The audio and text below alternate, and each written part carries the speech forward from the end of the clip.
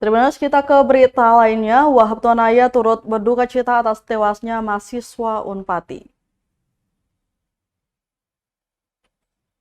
Dengan Fakultas Ilmu Sosial dan Ilmu Politik atau FISIP Universitas Patimura atau Unpati Ambon, Wahab Tuanaya turut berduka cita atas tewasnya mahasiswa Unpati Ambon karena gantung diri. Menurutnya, setiap persoalan yang dihadapi mahasiswa harusnya bisa dibicarakan dengan baik-baik, jangan mengambil jalan pintas. Setiap masalah pasti ada jalan keluarnya untuk dipecahkan. Ia meminta kepada seluruh mahasiswa Unpati untuk tidak lagi terpikirkan untuk melakukan hal serupa.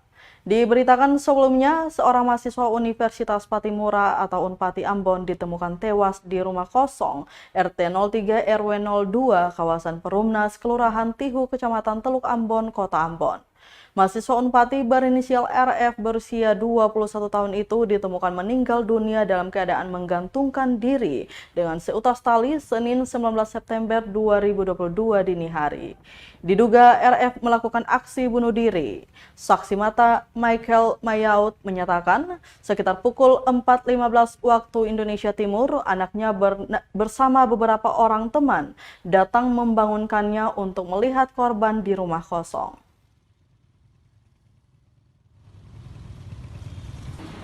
Tidak layak untuk dilakukan, termasuk dengan melakukan bunuh diri hanya karena menghadapi sebuah masalah yang menurut mereka mungkin sulit untuk dipecahkan.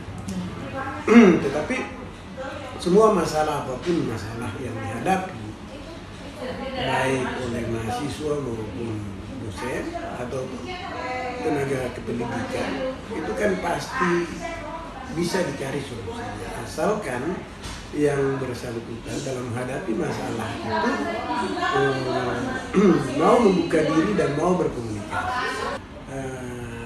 Dengan kesibukan yang ada, kami meminta WD3 untuk mewakili fakultas dan juga mewakili pimpinan universitas itu langsung melayat ke rumah sakit dan sekaligus melayat ke rumahnya, dan dengan tentu rasa duka cita yang dalam kami pun menitip.